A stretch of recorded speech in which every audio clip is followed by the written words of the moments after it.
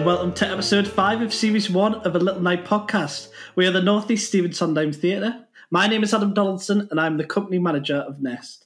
Joining me today, we have the NESST CEO, our very own Steve Jobs, the talented and witty Tim Jasper. Hello there. We also have the hilarious and technical sensation Callum Dunwell. Hello. And join us for the second time this series. We've got a little treat for you. We've got everyone's favourite, the enthusiastic Matthew Colledge. Hi there, everybody. Well, thank you boys for joining us today. It's going to be an amazing episode. In this episode, we're going to explore an idea called Maniacal Mains.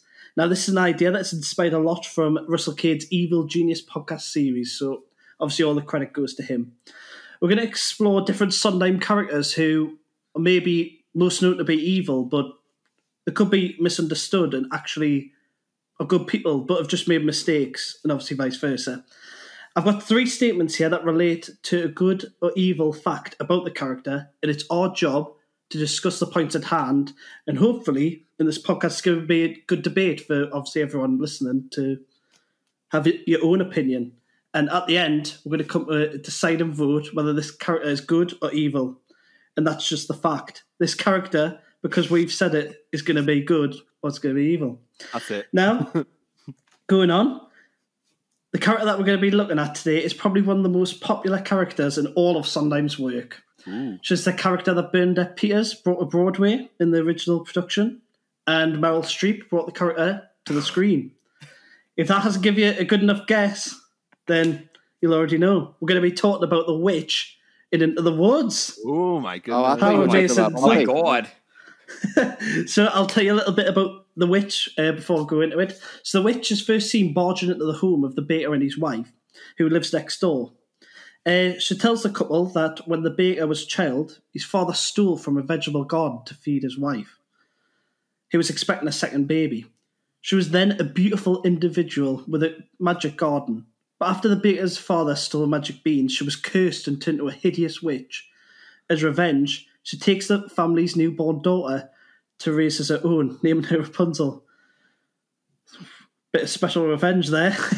She then curses the entire family so the baker would never have children of his own. She tells the baker and his wife that if they find a white cow, a gold slipper, a red cape, and yellow hair before the third midnight comes, then she can reverse the curse, and it will gift the couple with a child of their own. And during the journey, the witch continuously appears to intimidate the couple and rushes them to find the ingredients as fast as they can. And while all this is going on, as in the original fairy tale, the witch raises Rapunzel, locked in the tower, refusing to allow her outside.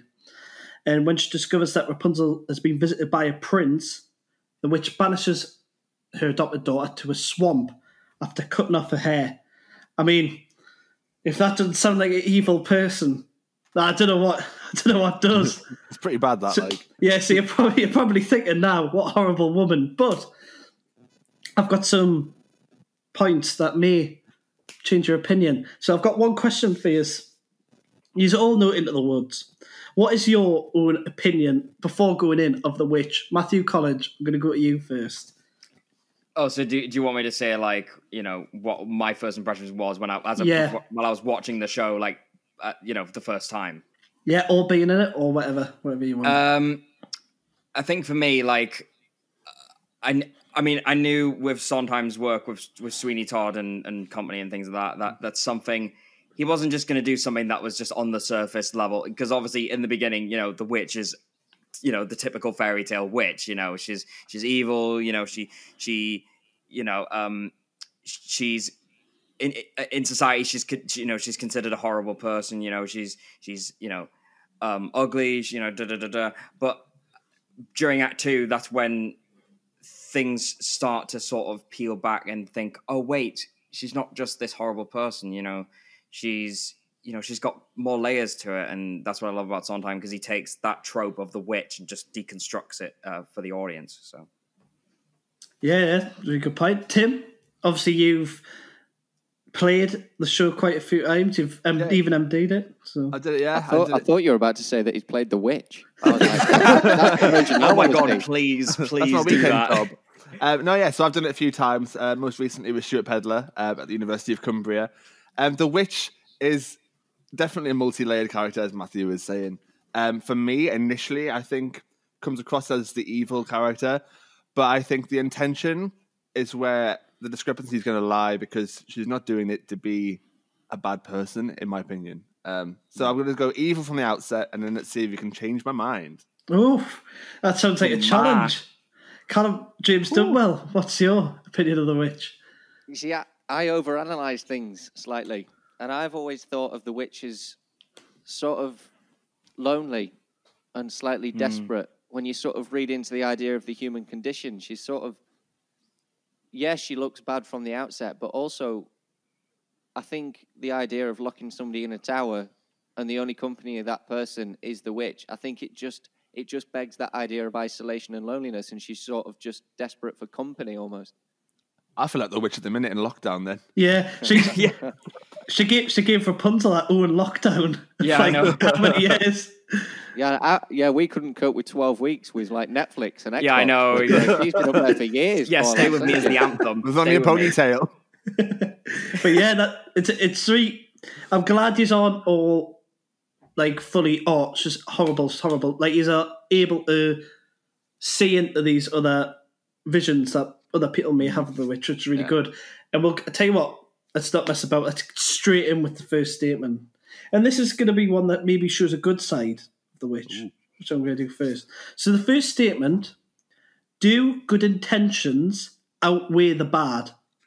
So obviously, as I previously mentioned, the witch raises Rapunzel in the tower, and it can be argued that her intentions to care and love for Rapunzel are for the good. Like she's wanting to raise Rapunzel as a daughter and hide her from the dangers from the outside, obviously, like keep her safe. So obviously she's doing these horrible things of locking her away, not letting her meet like men, letting her meet any friends, just fully keeping her in. Is that unfair? Or do you think the fact that she's trying to keep her safe is something that should be overlooked? I'll come to Callum first. What do you think? Well, that's a difficult one, because it might seem like a good thing that you're keeping somebody away from the horrors of the world, but on the same note, you need to experience some of the horrors of the world and some of the realities of life to be able to function as a normal person.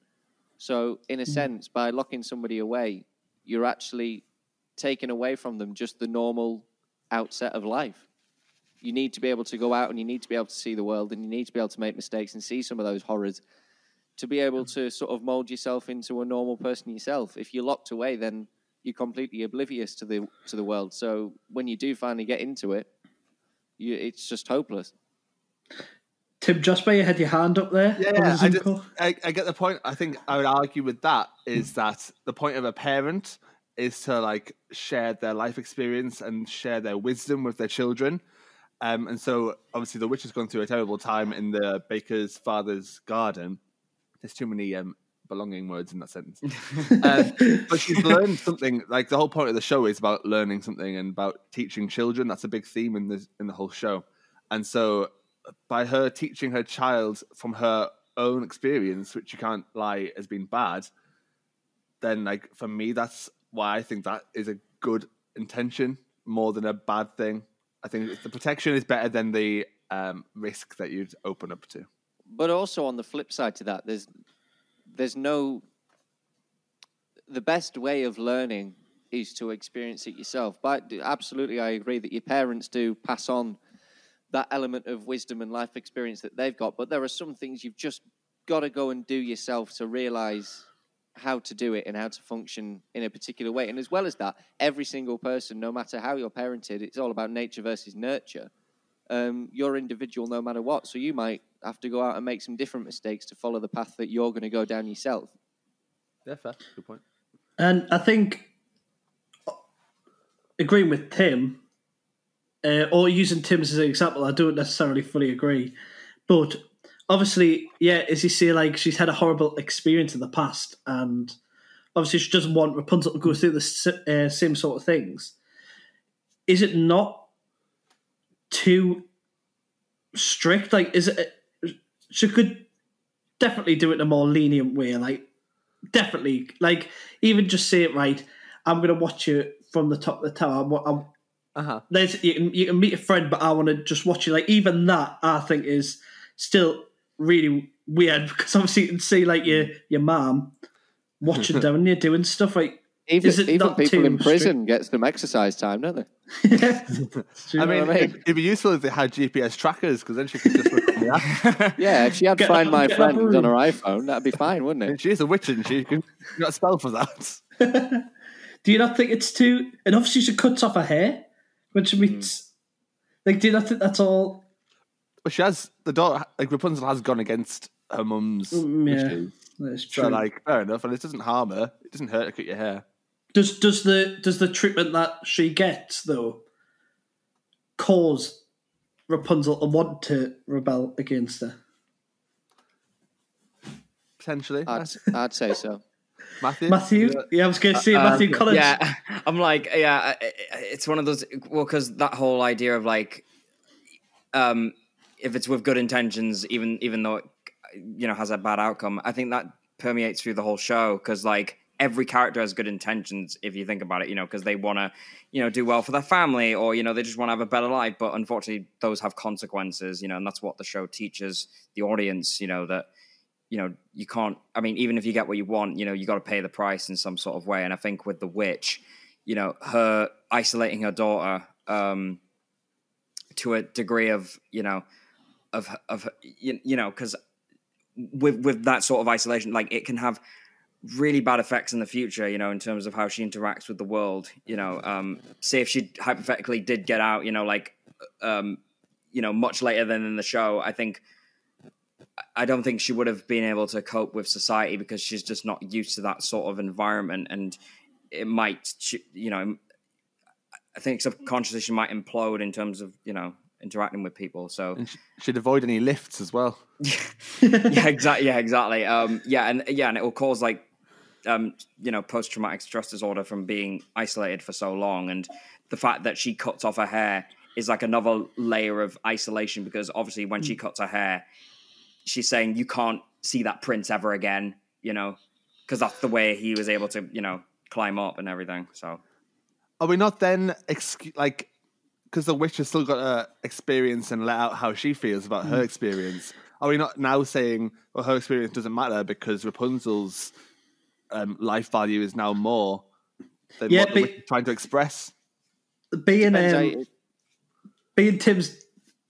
devil advocate for Matthew and Callum. You're going to say Tim's advocate? I'm not the devil.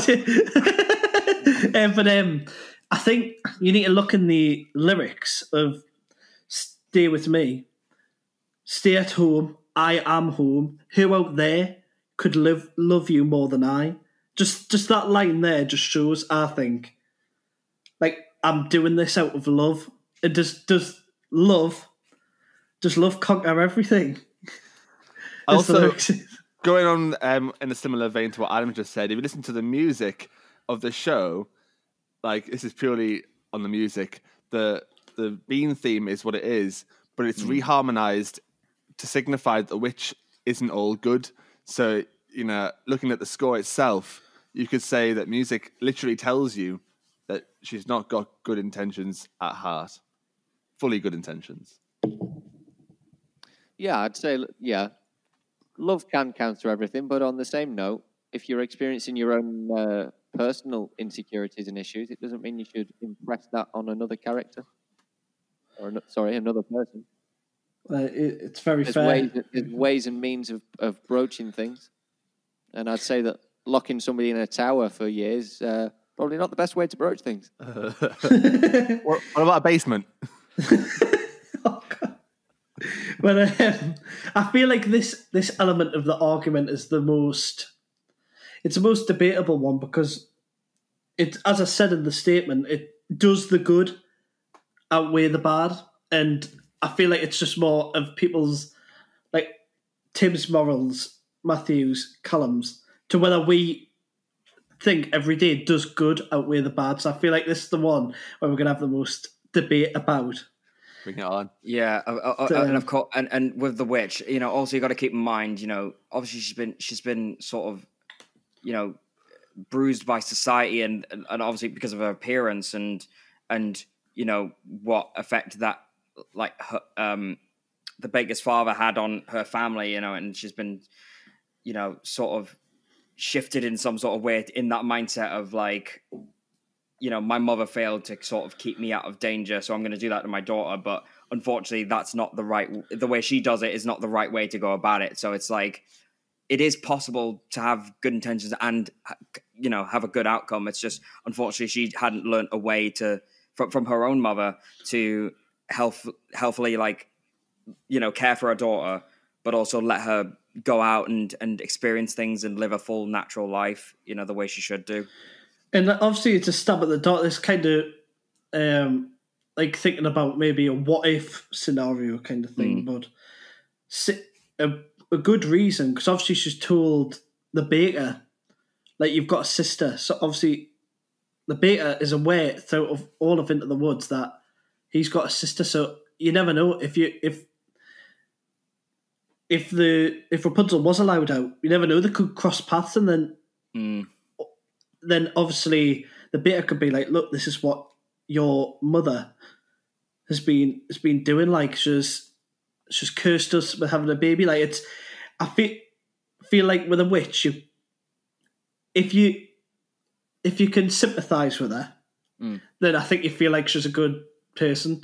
But then if you're not really sympathetic, then you kind of just like, nah. Yeah, because what I love about a good villain, like, I mean, she is quote unquote the villain, but I think what makes a great villain is that even if you don't agree with their ideals or their morals, you understand them. And that's what I love about the witch so much, is that, she's got horrible, she's done horrible things to Rapunzel, but I think when you look at her backstory and outset, you understand, oh, of course, if she had that sort of mindset of the world, of course she would act in this way, So that's what I love about that character. It's very easy for us to try and distinguish the difference between good and bad. But I'd say that's difficult because every single person has the capacity to be a good person or a bad person. Yeah. So it's very difficult to just from the outset go, well, she's evil. Yeah. Well, anyway, we've had a good little debate on that, and I think it's perfect. Time to go to point 2. Oh my! So this is statement 2. Is the revenge against the baker fair?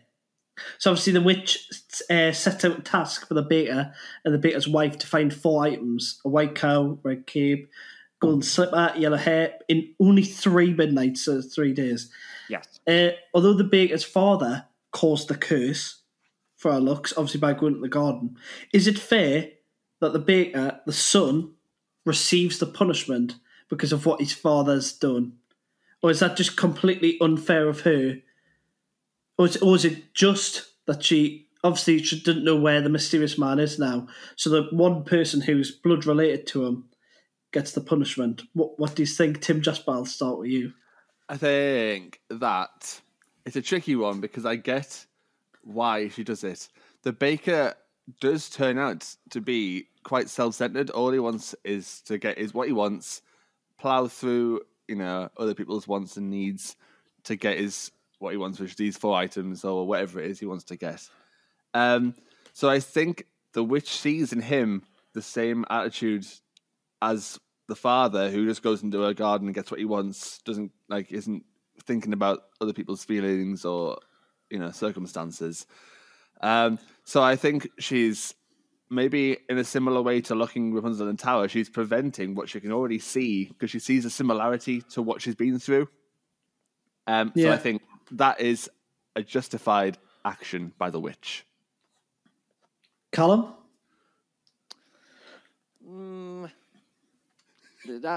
I wouldn't say it was justified to make the baker do it. I wouldn't say it was justified to drag him into it. It's not his fault, poor lad. What his father's been up to, Yeah.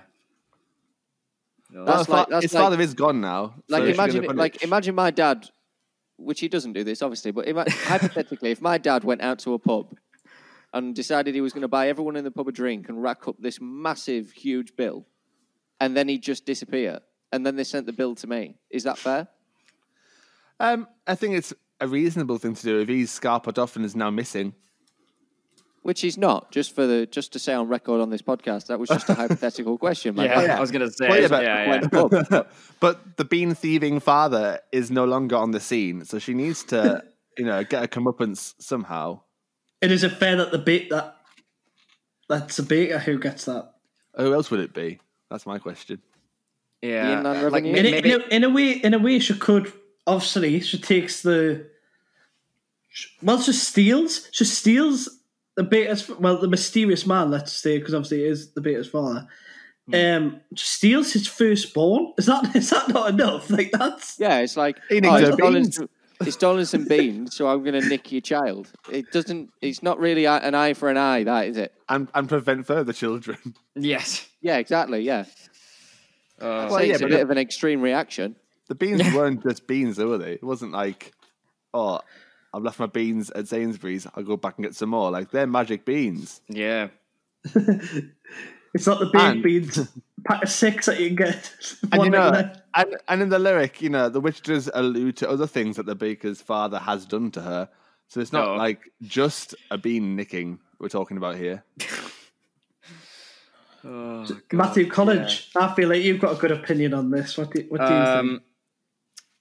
Because I'm thinking because obviously if this didn't happen, there'd be no show. But speaking of if this happened in real life, it's sort of a weird sort of it's a good thing and a bad thing, because obviously it's a terrible thing that she's plotting revenge, because that's not the answer. You shouldn't inflict the same sort of pain on anybody else, because then everybody else gets, nobody comes out of this, unscarred, or unscathed about that.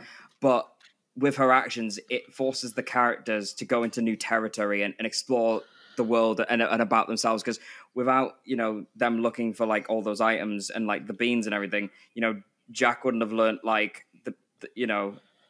how to not be greedy, or Little Red Riding Hood wouldn't she would learn about her sticking to the path. Yeah, exactly. It gives them a sort of shock, and especially in No One Is Alone, it gives them the realization that their grandmother's gone, or their mother's gone, and it really puts their world into perspective that they shouldn't be childish. They need, that's the moment I think where they know deep down that they should grow up, and without the witch doing that, it's even though it's a bad intention, it came out. It's somewhat it's the opposite. It's very interesting. So do you think obviously her given the baker this task made her a better person than if she didn't? Yeah, she's letting redemption be an option. She's saying you can earn the forgiveness back. Essentially, you can earn what's taken from you. It's not forever. He's giving the baker. She's giving the baker a choice. You can and just sit and wallow, it, or go out into the world. The interesting thing is, obviously, she makes them do the task, and when I did it, I always thought it was weird that the witch would never push the baker and baker's wife, more try and help them out kind of thing. More because she was obviously trying to get her beauty back. Yeah, and obviously she's as desperate for the items as the baker and the baker's wife are, which I always found when I played the baker, I was just always wouldn't you help them out, because obviously they're getting something and you're getting something as well. So, but obviously maybe she enjoys having the curse over that family. Maybe it fills her with enjoyment because she might be an evil person. She might be an evil person. I'd say it's about assertion of dominance, isn't it? When you've been outed by society, it's then a natural thing to try and assert your dominance over other people, to try and sort of fulfill that void that's been lost. Yeah. I'm glad of it. Yeah. It's interesting that she also sings Children Will Listen. So, at the end of it, she's, learnt a lesson as well. It's that whole argument of, because I think throughout the show, there's children won't listen, but then children will listen. So it just depends on the sort of, be careful of what you say, because again, it will affect, their view of the world. It's not just actions; it's it's words as well, and how it can affect someone, and things like that. So she also learns in turn, even though she did an objectively terrible thing, you know, to the baker. But she's like the catalyst for like the whole thing. She's pushing the characters out of their comfort zone and making them understand the world, which is ironic because, you know, she's keeping Rapunzel and not letting her experience the world. So that's you know, that's fascinating to me, you know. That's a good point as well. Just back to the question about punishing the baker's father's son, which is the baker. Later in the show, she does say about when the baker says about killing the wolf, is that like, and then she says, what about the wolf's mother? So she's learned at the time when she punishes the baker's dad's son, that's what she's done essentially to the wolf's mother. She's saying by killing the wolf, your effect, like, it's not fair on the knock-on effect. So I think you're right, Matthew, she's learning herself. Yeah, because when Rapunzel does die in the show, she has that moment, like, you know, just because she sings to the men, doesn't she? Is that straight after? Yeah. As soon as she, you know, unfortunately gets crushed by the giant, which to be fair was like caused by her inadvertently because of the beans and everything, you know. So she kind of inadvertently caused that knock-on effect, you know. So she unintentionally was able to like learn a lesson in a weird way because she did a bad intention, but she, you know, it's weird, you know, in that kind of sense. I could just like, as sometimes like everybody has, if you want revenge on somebody, you always want to get one up on them.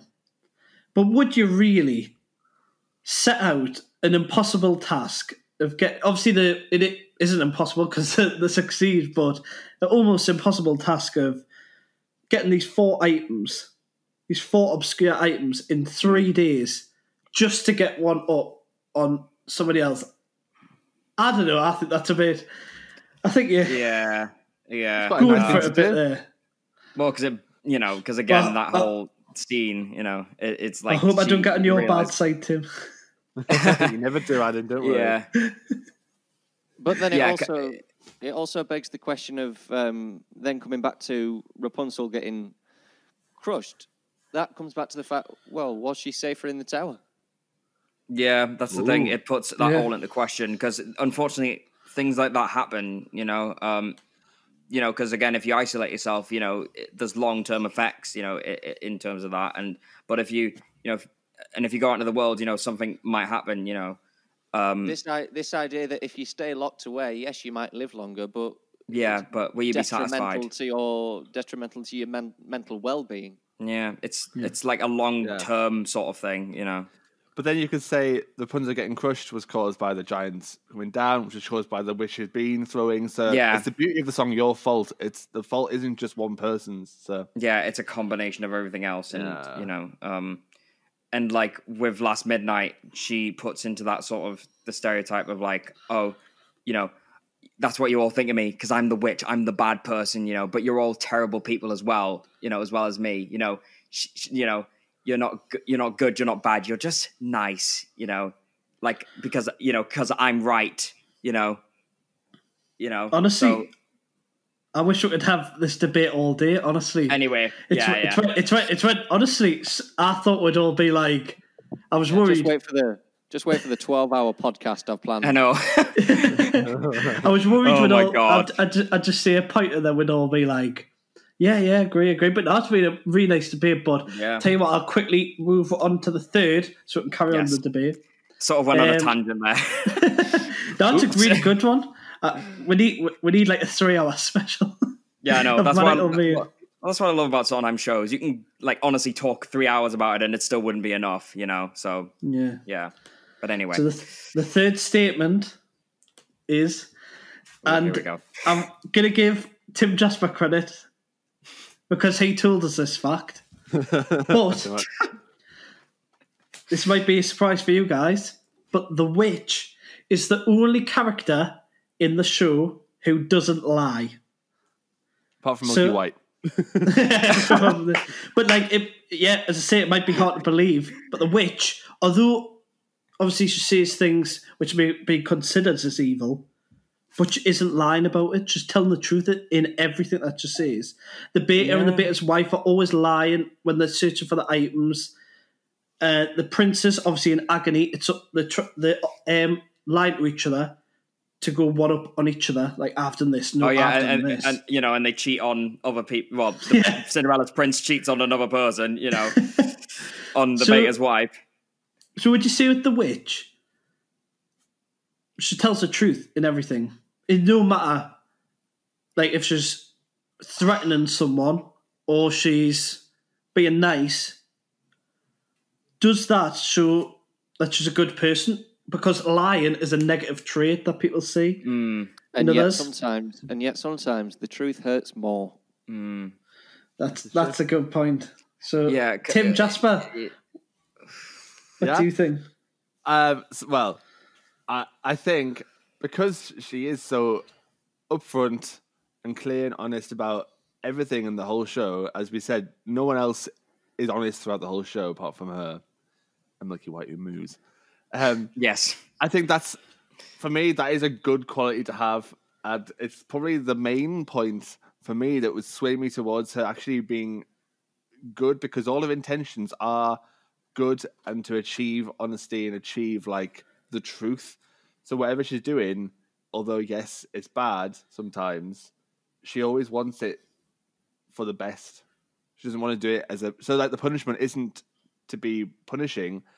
It's because, like, she's trying to get some good back out of a situation that she's been put into. Callum, what do you think?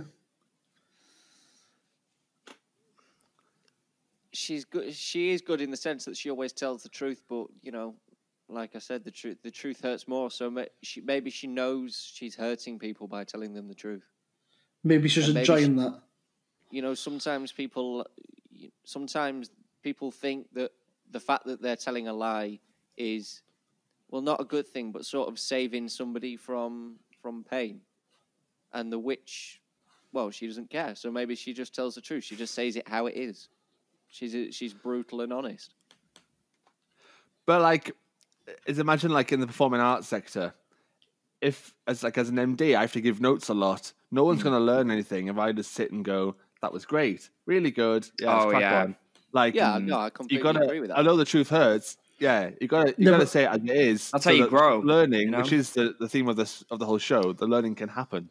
But then with that, you wouldn't want to go. I do agree with you, but would you then want to go so deep that you would be like say something was like the worst thing you've ever heard? Would you then be like, would you say it up straight? But I don't think that you would, because you'd want you wouldn't want to destroy somebody's. Yeah, it's about being tactful and constructive. You wouldn't, constructive criticism. But then you're lying, because what's going on in your mind is that it's the worst thing you've ever heard, and if you don't say that, then it's technically a lie. I'm sure I'm worried, because Tim's indeed me several times. So what's he been thinking? What's going on? What's going on behind the eyes there? Let's move on from that point then. Anyway, back to the studio. So, on Callum's point, if the truth is hurting somebody, does that make it good, or is it still? It depends on the context. It plays to the argument of does it build resilience? Do you build resilience as a person, or does it destroy you? And I think that's entirely specific to the person that you're saying it to. Because I think it's, especially to the baker, is essential. Obviously, I don't know if it's just this because obviously I played the part, but I think it's on his mind, the whole show, about what the witch has done with his father, because obviously she comes in the prologue and she's like, so this is what I've done. Your father came in, stole this. Now you've got this curse on you. You've got 3 days to get this. Tim's thinking about the witch's rat back and see him on the Zoom call moving away. That's why I love how, like, the witch is introduced in non-traditional musical theatre form. She doesn't come in with a melody. She says it point straight. Here's the situation. This is what your father's done. You know, I'm going to put my revenge on you. You know, and that, you know, then that it leads into a character of how she is truthful, yes, but it hurts people, you know, especially Rapunzel. I think destroys the beta throughout the show because you can see when he meets his father before No More, he's obviously learnt about everything that his father's done, and then that's like his meltdown to his father, like, you've done this, you've made me feel like this, you've made me and my wife have to do this. My wife's now died because we've had to do all this because of what you've done. Yeah. So I think that trying to keep neutral, I think that the witch telling him that in the long run is really affected, especially the beta, because of that. I don't know what you think, but that's an argument where I would say I don't think the truth is always for the best. And is she enjoying being able to tell the truth? That's the thing. Is she like, as Callum says, is she like, oh, this is really going to hurt him, I can't wait to tell him this, or is it? Yeah, because, well, one of my favourite lines in No More is, how are we to know? How are we ever to know? You know, because the father didn't know this was going to cause like a an effect on everybody. You know, like he just, he was doing right by his family because he was helping his wife, but obviously, it was a horrible thing that he did by stealing. So because he thought it was just, oh, I'm just gonna nick some vegetables, and then obviously it blew out of proportion. And then, it's one of those things where everything has an opposite reaction to it. So, I think this all could have been avoided. Yes. Someone had invested in a metal garden fence that wasn't so easy to climb over. Then that was electrified. Electrified. If there's a course. Corrugated steel. with Rottweilers at the front gate. Yeah. Lasers. That's what you needed in the tower. Like, but I feel like everyone's ready to see what they think now. I feel like we've had enough evidence to base an answer off. So I'm going to cut Matthew Colledge first. Matthew, God, here we go. With all the evidence, obviously you know the show well. No. With the three statements, would you say that the witch is more good or more evil? I think she's mostly good. Because I think she's because again she has been scarred by society and and she hasn't had any connections with any real person, because I feel like the only real connection that she had was with Rapunzel, and even she doesn't respect, even Rapunzel doesn't respect her. So she's somewhat tortured, from the outset of the show, and and what I love about her songs so much is that the songs are truthful, they hurt, but people need to learn these lessons, especially during Act 2, because that's when she really starts to put her perspective in the world, with Last Midnight and Lament and Children Will Listen. And with Stay With Me, she's singing this beautiful melody, which, is the bean motif, but that's when she's the most vulnerable. That's when that's when we see her actual true intentions. And, that's why I think she's such a flawed and amazing, complex character, because yes, on the outside she's evil, but she has a lot of layers underneath that justify acts of kindness and goodness, in the world. Cool. So we've got one vote for good. Well, from Matthew Colledge, I'm going to come to Tim Jasper next. Are you going to agree or are you going to disagree? I've been thinking long and hard, and I initially said evil, and I wanted my mind to be changed. And as I was arguing, I was trying to find the good in everything by saying she's honest, and by saying that she's doing everything because she's learned for herself and trying to pass on wisdom. But thinking back, I think Callum does argue a good case.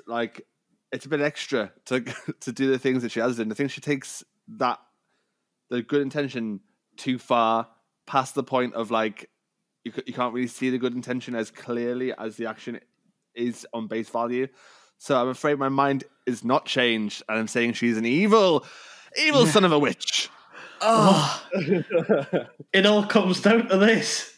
Oh no! Callum, what are you thinking, Callum? I've got to go with evil, and I don't think it's through any fault of her own. Necessarily, I think she's been ousted by society. I think she's a very complex character with a lot of personal issues and insecurities. But just because you're suffering, it doesn't mean by impressing yourself on other people and forcing yourself on other people that's necessarily a good thing, even if it makes you feel slightly better.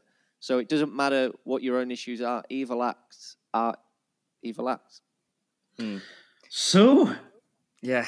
That's it. when you think about a baddie now, there's no arguments that the witch is good. She's fully evil. I know. Oh, She's an evil woman. It's been written in stone for centuries that the witch is always the evil person. So I should have known, you know. In the sequel to Into the Woods, she I know. gets burned at the stake. My God. But yeah, with the witch, it's like it's one of those things where it's like, you know, it's that whole thing of retribution. You know, obviously, you know, we don't get to see that in the show, unfortunately. But like, you know, she can, you know, learn to change her ways. But that's because she hasn't had the proper, you know, interaction with society that she would have normally had she, you know, not, you know, been born hideous. You know, so. If I were to vote, I think I probably would have went. I think I would have went evil as well. Oh, damn it! Because Outnumbered 3-1. like as Callum and Tim said, like there's all these good things that she does, but I just feel like it's the extremes that it goes to. Yeah, of course. You can't ignore that. Like locking away in a tower, like not letting her see anybody. I think it's just absolutely crazy. And then the Baker's having to be responsible for something his father's done. It's just something I don't think is fully fair. But obviously my vote doesn't count, so it's a 2-1. But you know what? I'm just glad to be on the winning team because in the pilot I lost undeservedly. I feel great now. But wow, very interesting debate. Yeah. Definitely. I think we need to do one of these once again because you don't know. Yeah, we could do it. We could do it in series 2 if. Save it for season 2. Let's get season 1. Hold your horses, Bob. Anything could happen. But yeah, I think that's a great place to end it. The witch is evil. It's just evil. Yeah, she's an evil woman. It's written in stone. Thank you very much for Matthew Colledge for joining me for a second episode. Thank you very much for having me. Thank you, Callum, for joining us in this episode. You're very welcome. And thank you, Tim Jasper, for giving us my absolute pleasure. For some musical knowledge as well. Some of them I didn't know. And thank you everyone for listening in. And we'll see you next Monday for a bit of Theatre Revolution with David and Anna. Sounds exciting. And they've got Albertus. Yes, and they've got a special guest coming back, Albertus. So it's going to be fun. Yes. That'll be one I'm excited to listen to, but you'll have to wait until then. So we'll see you soon. Everybody. Bye. See you later. Bye.